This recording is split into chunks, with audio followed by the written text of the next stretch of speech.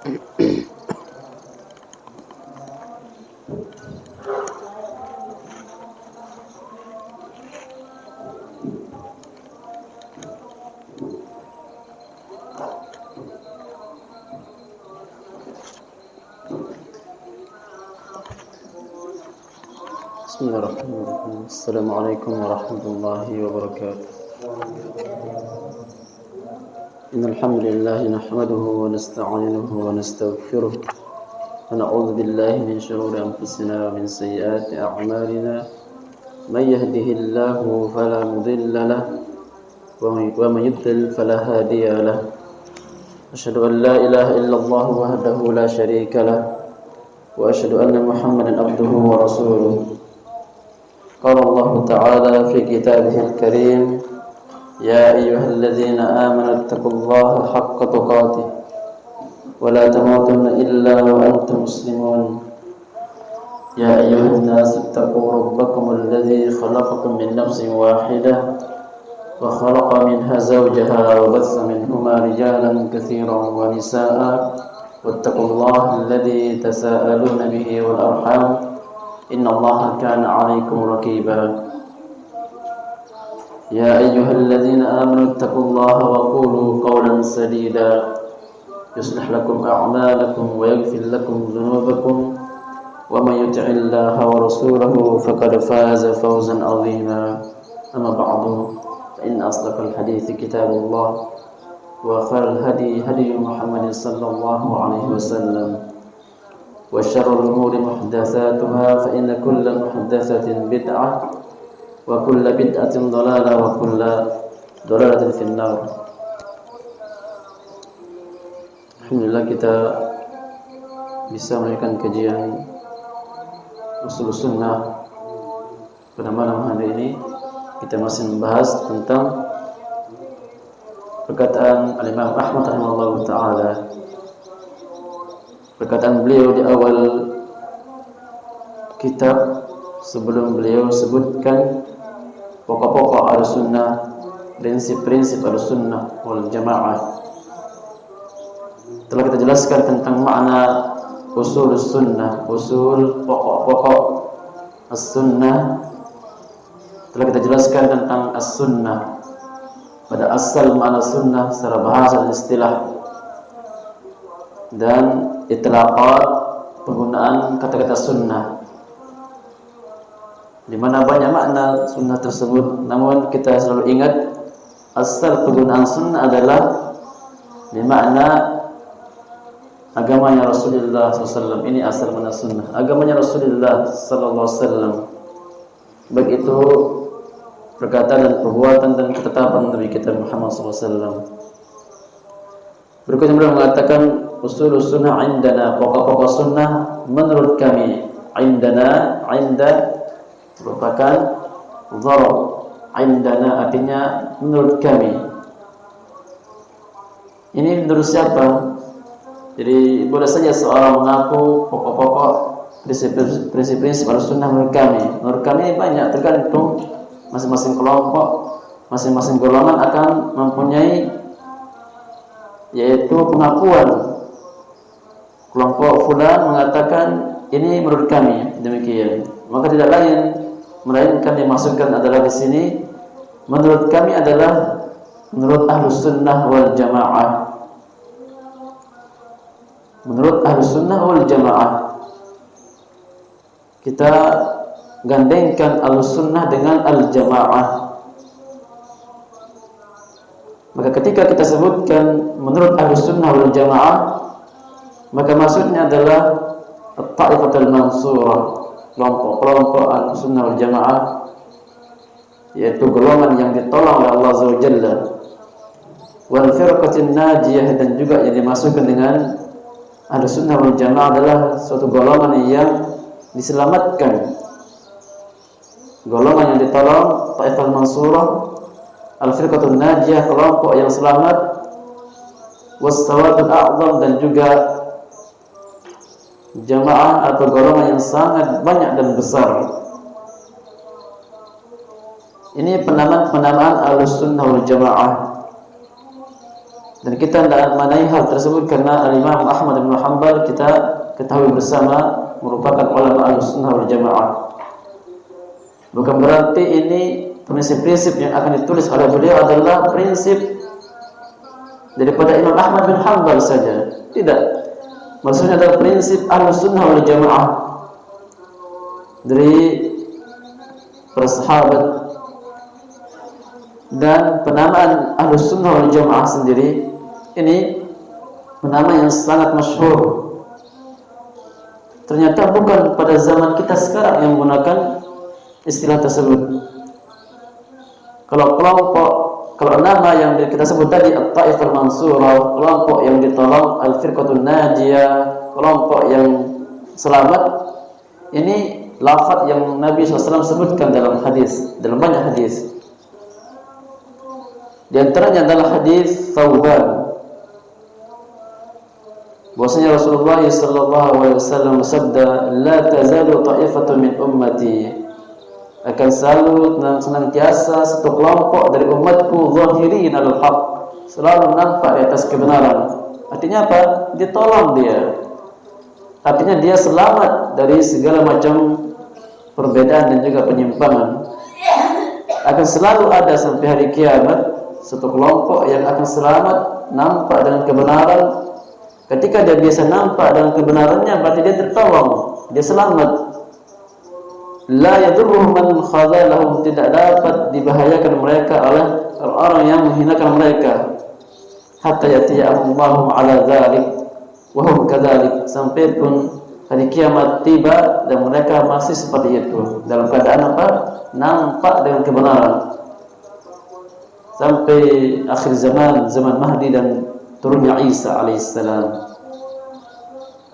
Ini kelompok yang nampak dalam kebenaran, tertolong dia dan selamat dari penyimpangan.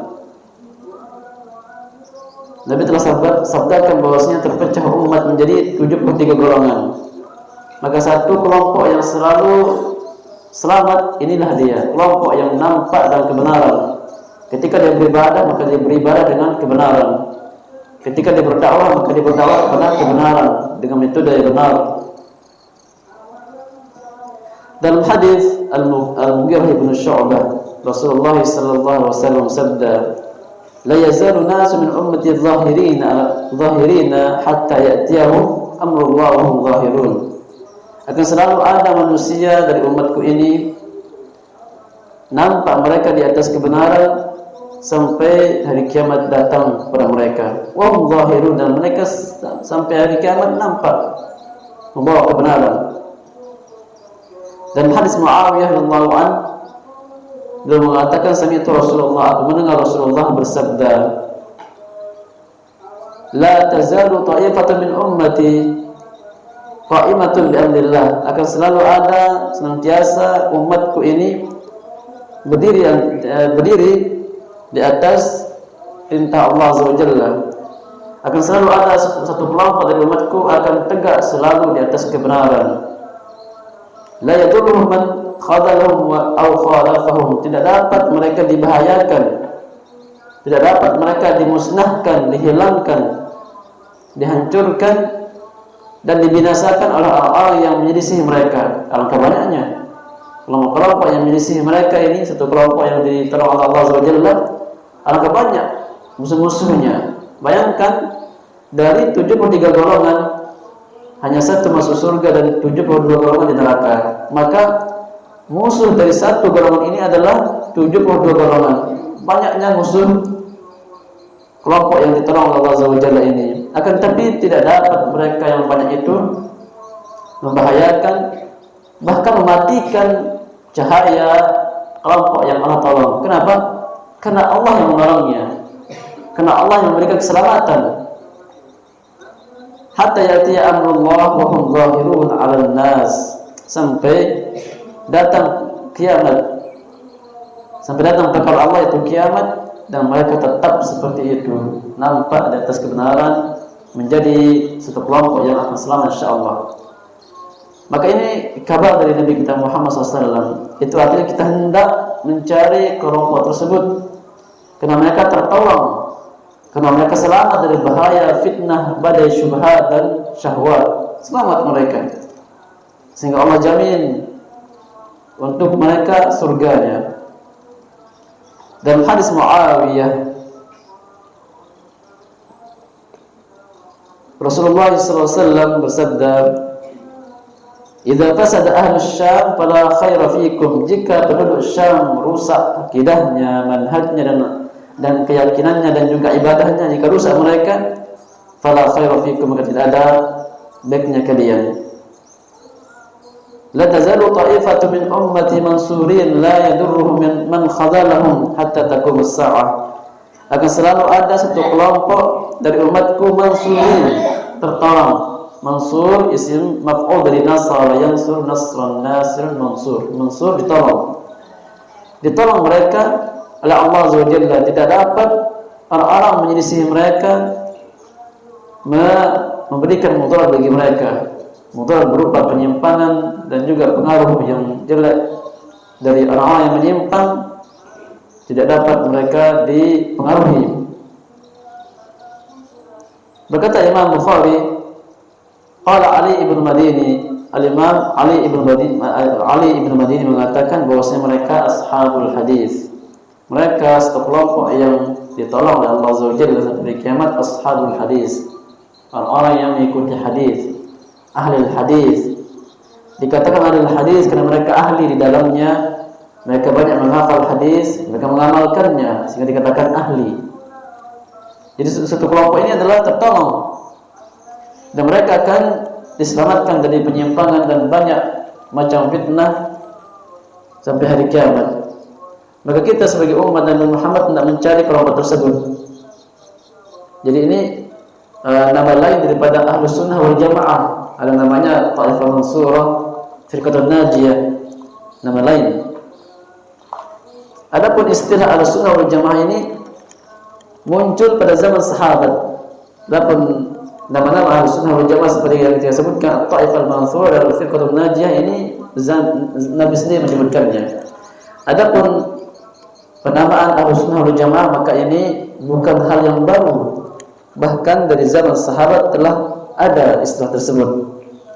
Kita lihat dari tafsir Ibnu Katsir bahwasanya Abdullah bin Abbas radhiyallahu anhu berkata ketika menafsirkan firman Allah Azza wa Jalla, "Yauma tabyaddu wujuhun wa taswaddu wujuh." Pada hari akan putih bersinar cerah wajahnya, akan datang satu hari wajah-wajah bersinar putih jernih bersih. Wa taswaddu wujuhun, dan hari-hari ada suatu wajah yang akan gelap hitam. Fa ammal ladzina aswaddat wujuhuhum, adapun orang-orang yang hitam wajahnya, akafartum ba'da imanikum, apakah kalian kufur setelah iman kalian? Fadzuqul adzaba bima kuntum takfurun, maka rasakanlah azab yang kalian ingkari. Surat Al-Imran. Maka Abdullah bin Abbas mengatakan untuk menafsirkan ayat di atas, pada satu hari akan ada wajah-wajah yang putih bersih dan ada juga wajah-wajah yang gelap. Apa kata Ibnu Abbas?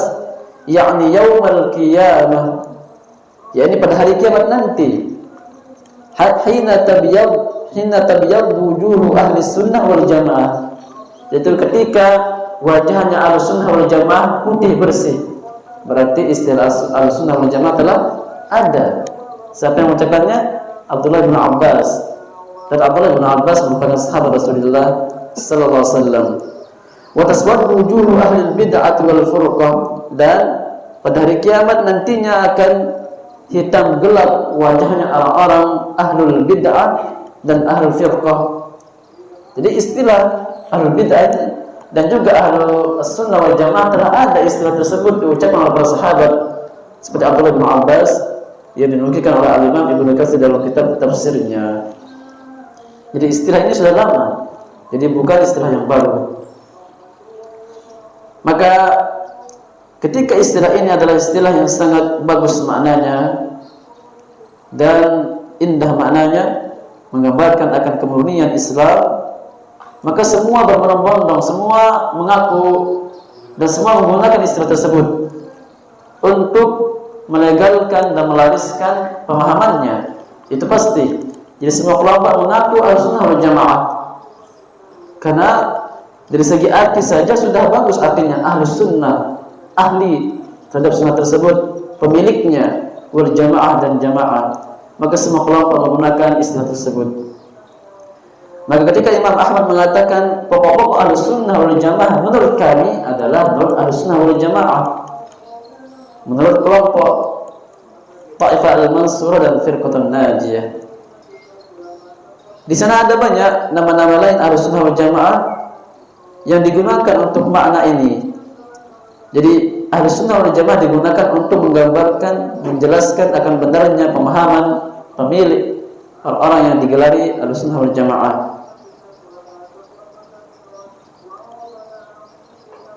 Dikatakan mereka Ahlus Sunnah wal Jamaah karena mereka adalah mutamassikun qaulan wa amalan. Mereka dikatakan Ahlus Sunnah wal Jamaah karena mereka berpegang teguh dengan sunnah tersebut secara perkataan dan juga pengamalan. Ini makna Ahlus Sunnah.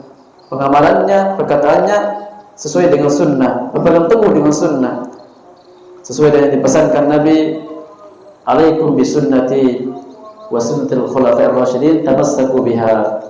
Wajib atas kalian berpegang teguh dengan sunnahku dan gigitlah ia dengan gigi geraham. Ini pesan Nabi SAW. Maka definisi Ahlus Sunnah adalah pasti mereka yang kokoh memegang sunnah tersebut, baik secara perkataan dan perbuatan. Ini yang akan membuktikan seseorang apakah dia Ahlus Sunnah wal Jamaah. Perkataannya, perbuatannya, kuatnya ia memegang sunnah. Ini akan membedakan ia antara hakikat daripada pengakuan. Jadi pengakuan ini boleh saja siapapun mengaku Ahlus Sunnah wal Jamaah, silahkan mengaku. Akan tapi hakikatnya pasti akan terlihat ketika dia mengamalkan, ketika dia berbicara, apakah dia berpegang dengan sunnah Rasulullah atau tidak. Sunnah Rasulullah kembali lagi, yaitu agama Rasulullah SAW, perkataan dan perbuatannya. Maka seorang jikalau sesuai dengan Nabi SAW dalam perkataannya, perbuatannya, dan sikapnya, dan juga ketetapan Nabi SAW, maka dia Ahlus Sunnah wal Jamaah.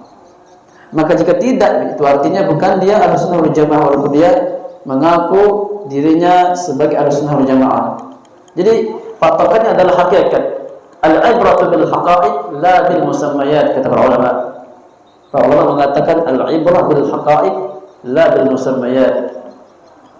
Yang jadi patokan itu hakikat daripada makna sesuatu, bukan nama. Penamaan boleh saja diklaim, boleh saja dinamakan banyak oleh orang, diakui, akan tapi hakikatnya tidak akan bisa meleset darinya.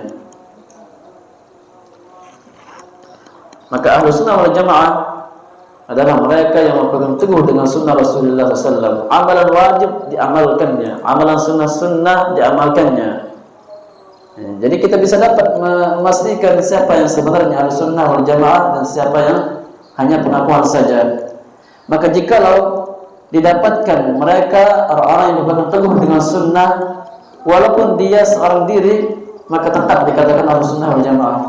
Seandainya ada seorang hidup di penghujung pantai sana, tidak ada satupun yang berpemahaman dengan sunnah, tidak ada satupun yang berpegang teguh kuat dengan sunnah, dia sendiri misalnya. Ada satu orang rajin ke masjid, berjamaah, mengaji, waktunya ibadah, waktunya penuh dengan sunnah Rasulullah SAW, sebagaimana Nabi kita Muhammad penuh waktu dengan ibadah. Dari bangun berdoa dan pergi wudhu ada doanya, dan setelah itu ada sholat dan seterusnya sampai tidur lagi penuh dengan sunnah. Maka dia dikatakan Ahlus Sunnah ketika dia menyamai amalan sunnah dengan Nabi SAW dalam kehidupannya, sekalipun dia seorang diri. Makanya Abdullah bin Mas'ud mengatakan al-jama'atu ma wafaqal haqq wa lam tawahhadak. Jamaah itu dikatakan jamaah bukan jumlahnya banyak, bukan mengharuskan perkumpulan banyak sekali. Dikatakan jamaah seorang sesuai dengan kebenaran walaupun dia seorang diri. Dikatakan jamaah jika dia sesuai dengan kebenaran walaupun dia seorang diri. Sebagaimana kita gambarkan, ada seorang yang tidak ada yang bertemu dengan sunnah di suatu tempat dan dia sendiri, maka dikatakan jamaah.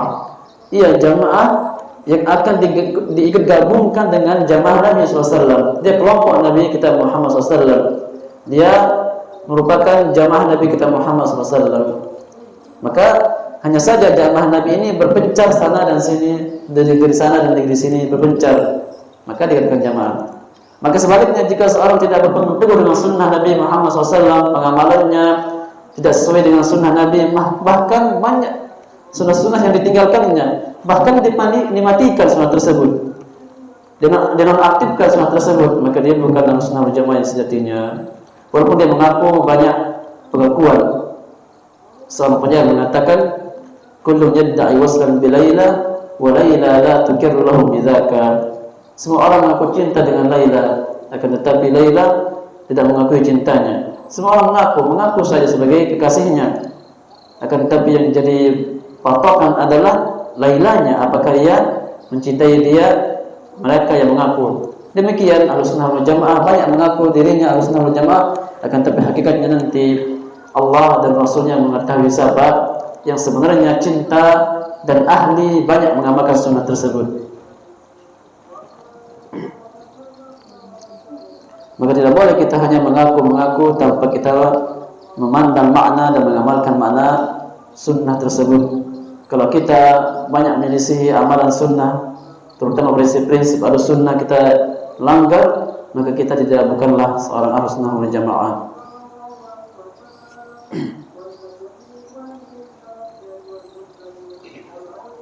Maka Ahlussunnah wal Jamaah ini adalah sebuah nama yang sangat bagus. Bahkan seluruh ahli Islam menamakan diri mereka Ahlussunnah wal Jamaah. Namun sekarang, untuk menggambarkan pemahaman yang benar, untuk menjelaskan prinsip-prinsip Ahlussunnah wal Jamaah yang sebenarnya, ini bagaimana cara menjelaskannya, sedangkan banyak orang-orang yang mengaku Ahlussunnah wal Jamaah dan masing-masing punya prinsip. Misalnya Asy'ariyah mengatakan mereka Ahlussunnah wal Jamaah, dan akidah Maturidiyah juga mengatakan Ahlussunnah wal Jamaah, dan orang-orang Mu'tazilah mengatakan dirinya Ahlussunnah wal Jamaah. Semua mengaku Ahlussunnah wal Jamaah. Mereka juga ada istilah tauhid. Mu'tazilah mempunyai istilah yang bernama at-tauhid. Tauhid, mengesahkan Allah. Tapi mengesahkan Allah dalam versi mereka mentaktil, menafikan sifat-sifat Allah. Mengesahkan Allah namanya bagi mereka. Kalau kita mengesahkan Allah dengan menetapkan apa yang Allah tetapkan dan nabinya, sehingga kita mengatakan mengesahkan Allah jika kita beribadah hanya kepada Allah Azza wa Jalla.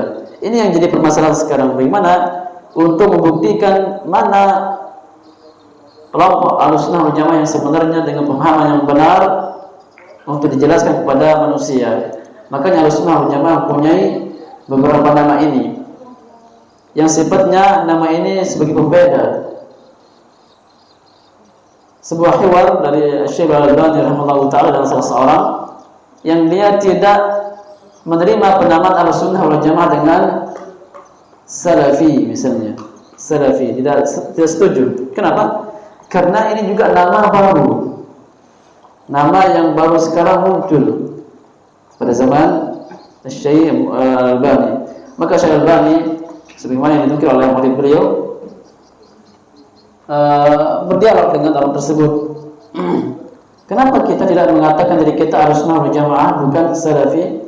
Maka Syekh Al-Albani mengatakan, kalau kita namakan Ahlussunnah wal Jamaah sebagaimana anjuran Al-Qur'an, wasammakum muslimin min qablu wa fi hadza, dialah Allah yang menamakan diri kalian al-muslimin. Kenapa kita tidak menamakan diri kita muslim? Kenapa kita merubah nama tersebut dengan Salafi misalnya? Ini pertanyaan dan syubhat. Maka Syekh Al-Albani menjawab, benar bahwasanya kita tetap menamakan diri kita muslim. Akan tetapi muslim yang mana? Kalau muslim yang dulu pada zaman Nabi, silahkan. Karena muslim zaman Nabi adalah orang yang selamat dari fitnah syubhat. Adapun sekarang sudah muncul bid'ah, sudah muncul banyak penyimpangan muncul. Maka muslim yang mana? Muslim pada zaman Nabi beda dengan pada zaman sekarang. Banyak amal-amalan yang muncul yang tidak pernah ada pada zaman Nabi, pada kaum muslimin pada saat itu, sekarang ada. Jadi muslim yang mana? Belum bisa dikatakan, belum bisa diterima pada saat ini. Kalau kita di zaman Nabi, cukup kita mengatakan anak muslim, saya muslim, cukup pada zaman Nabi. Kalau sekarang tidak bisa. Kenapa? Karena semua orang mengaku muslim. Ternyata dilihat tidak sholat berjamaah, tidak sholat 5 waktu, puasa iya, tapi sholat berjamaah tidak, sholat 5 waktu tidak. Masa demikian seorang muslim? Nah, jadi untuk memberikan nama beda, jadi Ahlussunnah wal Jamaah mempunyai sifat at-tamayyuz, membeda antara al-haq dan batil. Maka kita harus memberikan nama yang sifatnya pembeda dari yang lain untuk menggambarkan benarnya akidah kita. Kalau begitu kita namakan muslim alal kitab was sunnah. Kalau begitu saya namakan diri saya al-muslim di atas kitab dan sunnah. Maka Syalbani mengatakan itu pun tidak cukup. Kenapa? Karena coba tanya semua orang-orang yang mengatakan saya muslim, adakah di antara mereka mengatakan diri mereka saya muslim bukan di atas Al-Quran dan hadis? Adakah? Maka pasti jawabannya semua mereka mengatakan iya, saya adalah muslim pasti di atas Al-Quran dan hadis. Karena tidak akan menjadi seorang muslim jika dia hanya mengatakan muslim akan tetapi menyelisih Al-Quran dan hadis, bahkan kafir, bisa keluar dari agama Islam. Saya muslim akan tetapi tidak pakai Al-Quran dan hadis, ini bahaya, bukan muslim. Tapi masih mereka akan mengatakan saya muslim di atas Al-Quran dan hadis. Apakah cukup ini? Tidak cukup juga. Jika mereka kelompok yang ada, kalau kita sebutkan 72 golongan mengaku semua muslim dan mereka semua juga mengaku diri mereka di atas Al-Quran dan hadis. Jadi apa yang membuat kita beda dengan mereka? Tidak ada perbedaan. Sama-sama Al-Quran. Kalau memang sama-sama Al-Quran, tapi kenapa beda pemahaman, beda amalan? Yang satu melakukan ritual-ritual demikian, yang satu tidak. Yang satu mengamalkan ritual-ritual ini tidak. Yang satu mengamalkan ibadah ini, yang satu tidak. Ini seharusnya satu pemahaman. Sebagai contoh misalnya ada kelompok yang ekstrim mudah mengkafirkan kaum muslimin. Ada satu lain tidak mau mengkafirkan. Biarkan dia berbuat dosa dan jangan kafirkan. Jadi mana yang benar? Jadi kita harus berada di atas kebenaran. Kita harus memilih jalan yang benar, yang Allah selamatkan dari neraka jahanam.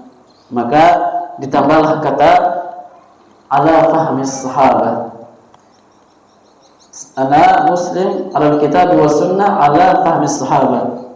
Saya seorang muslim berada di atas kitab dan sunnah di atas pemahaman sahabat. Ini yang akan dapat membedakan kita dengan kelompok-kelompok lain.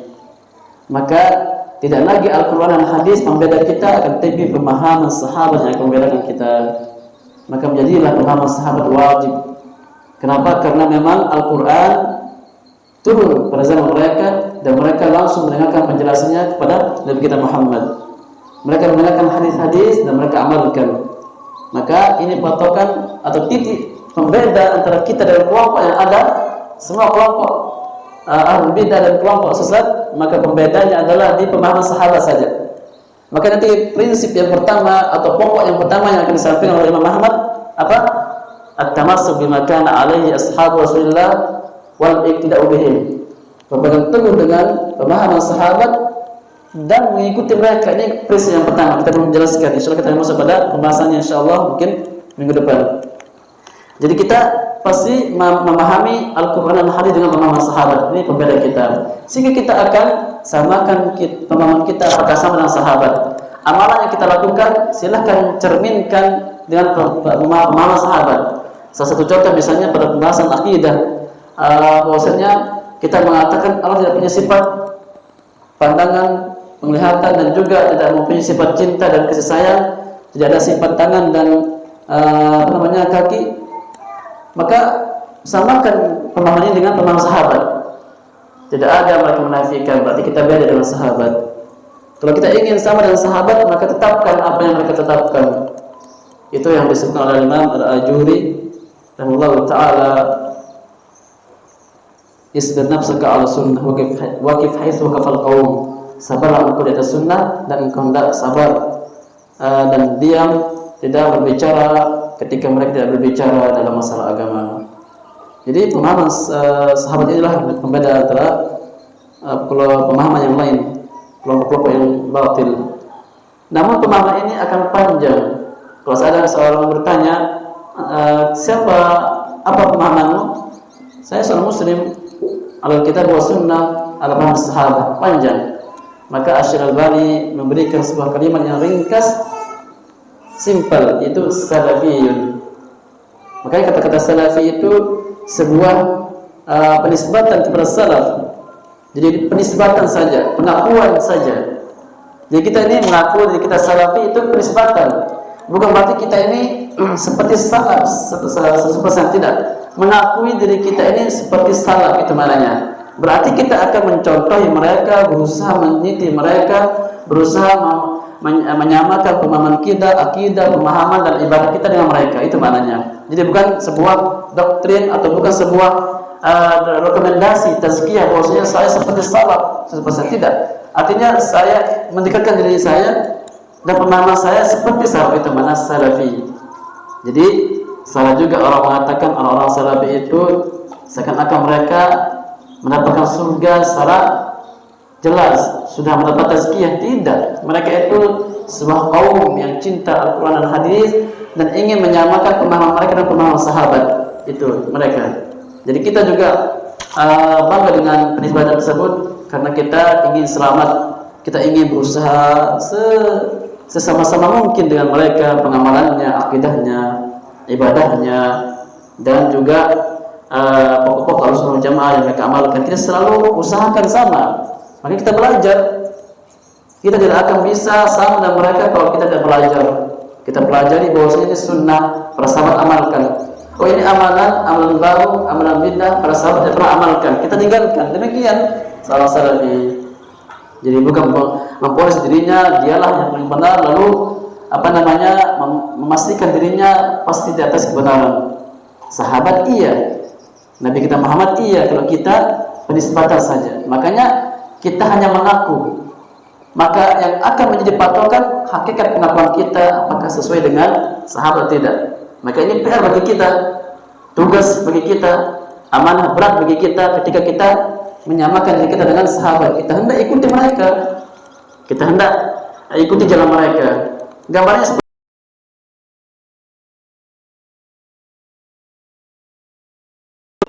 pintar dalam membuat sebuah misalnya membuat baju, misalnya ada sebuah istilah, maka orang yang menisbahkan diri kepada itu dia harus bisa menyamai cara membuatnya, modelnya dan warnanya. Demikian, itu mana penisbatan. Maka disingkatlah kata-kata ana muslim ala kitab wa sunnah ala fahmi salaf ini dengan salafiyun. Akan ada dalam pembahasan bahasa Arab. Salaf itu artinya terdahulu. Ketika ingin mengatakan saya seperti orang dulu, tambahkan ya tasydid menjadi salafiyun, begitu. Sama dengan juga Islam, Islamiyun. Sehingga nama tersebut merupakan nama lain daripada Ahlussunnah wal Jamaah. Tapi maknanya adalah Ahlussunnah wal Jamaah. Itu maknanya.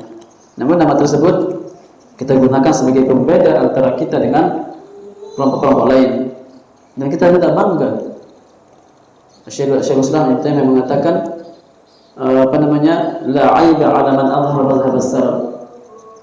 Bukan aib seorang menisbahkan dirinya kepada sahabat. Anna madhhab as-salaf wa'tazza ilaihi bal yajibu qabulu dzalika bil ittifaq. Karena madhhab as-salaf la yakunu illa haqqan. Maka terpuji, tidak aib, tidak tercela seorang menisbahkan dirinya kepada para sahabat karena pemahaman tersebut adalah pemahaman yang benar. Bahkan kita wajib menerima hal tersebut.